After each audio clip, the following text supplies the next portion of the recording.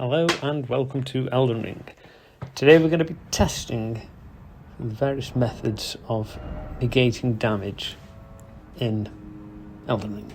So first thing first, we're going to remove all armour and see what a baseline for the damage we get from a straightforward hit for our test dummy, Mr. Omen is. So, we're at the underground roadside as usual, we're taking everything off. We're going to go and see what he does. He's got a few different attacks. He's got the downward swipe, which does 669 pixels to 449, 220. That's a 32% reduction in damage. That's quite a strong hit, that is. Obviously, I'm quite highly leveled here. If you try this as a lower level character, you might find that he can one-shot you, depending on what your stats have got. So, we're going to go back and reset him, and then we're going to go again and see if he does a different hit. Well, he's got a few different hits. He's got a downward swipe, a sideways slash, and then he'll kick you in the face, jump on you, pick you up and slam you. It's a sideways slap. 669 to 552 for a 17% reduction in health there. So that's a weakness. But he follows it straight up with a backswing. So we're getting an idea now what sort of damage you can do when we're not wearing any armour or using any of the various means of reducing that damage. So we're going again, see what he does this time. That's that kick in the face. 669 to 489 is a 27% reduction in health. And obviously we've got the magic attack there as well, but we'll really focus on the physical attacks here. I'm going to go back and reset. Just to get a baseline of how much damage he's going to do to us. So now we're going to put on some very light, simple, basic armour just to see if it helps at all to reduce the damage without affecting our load level. Now already you can see, partly because of the weapons I'm carrying probably, but we're in medium load even with this armour on. So let's see what he does. So an 11% reduction from his magic attack, 669 to 596. Not really ideal because we wanted him to do an attack he'd already done. You can see that there is some damage reduction going on by wearing this light armour, but it doesn't look significant. Obviously, without him doing the exact same attacks, we can't actually tell what the difference is. So what we're going to try now is we're going to go for the heaviest armour I've got, which is Lionel's set. You get this from the Lanedale capital, and we're going to put the greaves on as well. Any second now.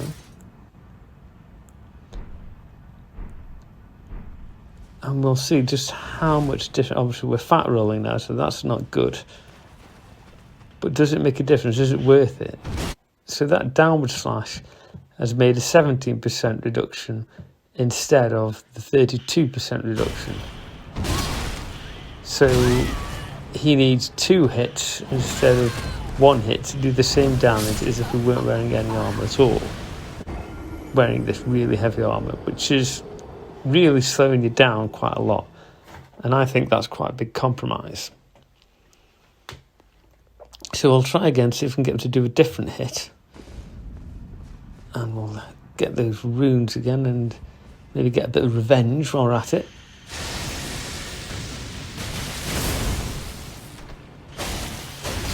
I do like the Dragon King's Crag Blade. But there we go.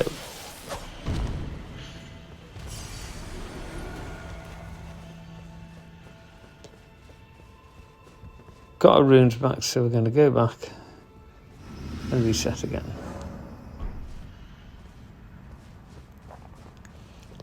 In some ways, it is a little bit fair that he gets a hit mark because it's usually the person I test my weapons and buffs things on. So there we go. 570, that's a 22% decrease in HP. It did 27% decrease before with no armor. So again, that saves us about 5%. And again, you can see, compared to the light armour, it is stopping more damage. I think with the light set we originally had on, that little string of hits might have finished us off. What it's not doing is stopping a great deal of damage. The way armour seems to work in Elden Ring is such that it does reduce the damage you take a little bit, but not actually a great deal. What you find is it's very easy to get into medium load level, and trying to stay at a light load level is probably going to mean just using one or two weapons and very light armour. So we're going to try something different now. We're going to try the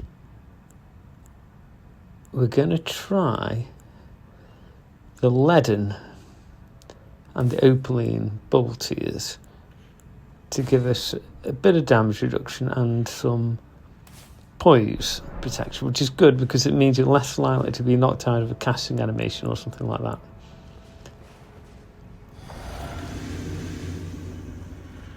So we drink the physic and you can see that bubble around you to show that it's active. And it's basically that first hit, hardly touched. Didn't seem to last, but that first hit more or less completely negated, to the point where it's not necessarily really even worth, not even worth this trying to calculate the exact pixels. The opaline tear is doing that, and that's basically meaning when you drink that mixed physic, you can get into a boss fight and you can pretty much survive one hit, even if it's something really strong. Now we're going to try that again, but we'll try it without the armour, just to see if it's still as effective with no armour on. Yep, that first hit did more or less nothing, but obviously then he went on to deal quite a significant amount of damage that second hit. Obviously the caveat is you can move much faster when you're in medium or light load. It's a question of whether you think going for heavier armour is a worthwhile trade-off. If you get hit a lot, maybe this opaline tear isn't going to be that useful because it really seems to only negate that first big hit. However, wearing armour that slows you down to the point of fat rolling or not being able to roll at all if you go extremely heavy to the overloaded status, that's a huge compromise. So again, even against the magic, that first hit was completely negated. And again, if you want to beat this guy with the Dragon King's Prime Blade, this is the way to do it. Don't bother attacking him as he gets up, just keep backing off and doing that. That works quite well against a lot of enemies.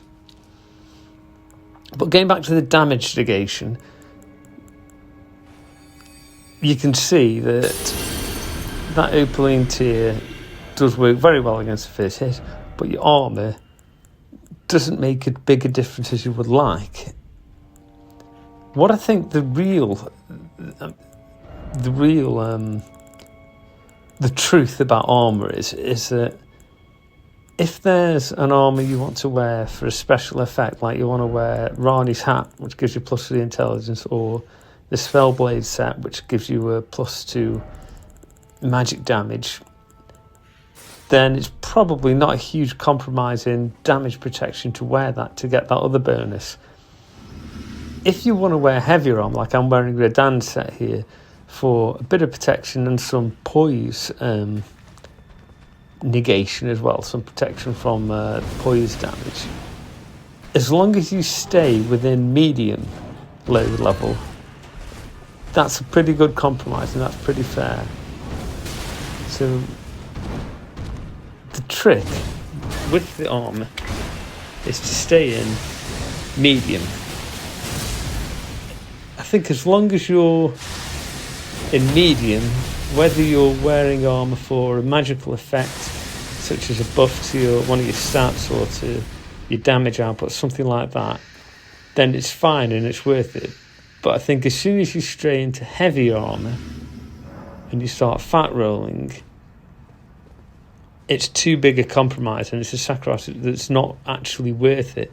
You're probably going to find you get hit more, unless you're particularly good at avoiding getting hit, and you can predict the way these enemies move really well.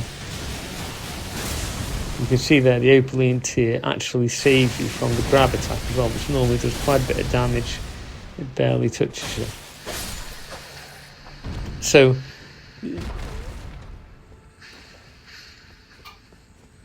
again, you can see this is a fairly heavy armor set, but because I've got quite a lot in endurance, I can still move, I can still roll, I can still dodge, and it's a fair compromise. As soon as I get into Lionel's armor, it slows me down too much.